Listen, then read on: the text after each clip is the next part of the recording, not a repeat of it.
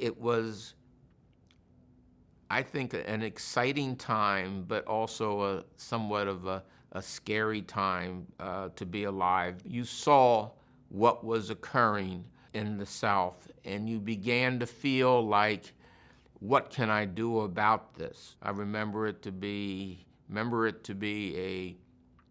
a clear, bright, warm, typical August day in Washington. I had lived in Washington for previous summers, so I had a pretty good idea what to expect.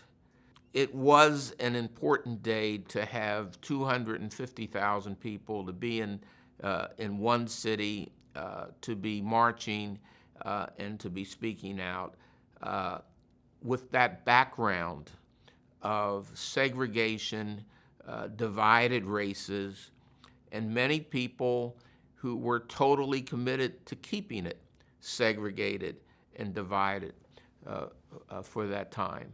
So I was glad to be there then. I'm glad 50 years later that I went.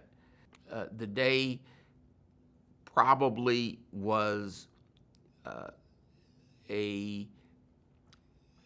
has become more significant to me now that I've reflected on what was accomplished than when I was actually experiencing it. In that airport, I was sitting in the waiting room, waiting for the plane to be called, and either across the aisle or on the same aisle, I recognized a face that I had known for most of my life, even as a child. That was the face of Jackie Robinson, who was a hero in my house and for me for as long as I can remember. I don't think we talked about baseball. I introduced myself. I think we talked about, how did you like the march? How do you think it went? And we both agreed in some form or fashion that this had been a grand moment, a powerful statement.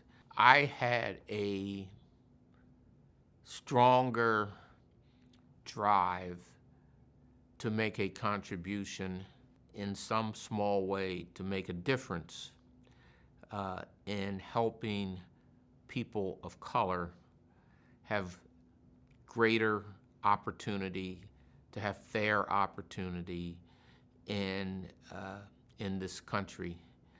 And I am sure that that experience on August 28th sharpened those interests. It was part of my education. It might have been the most important thing I learned in 1963 about how important knowing your history is and what you're going to do about it, and that you're not going to just sit back and let other people do it.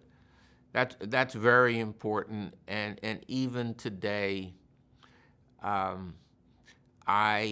try to spend my time being active and involved, and to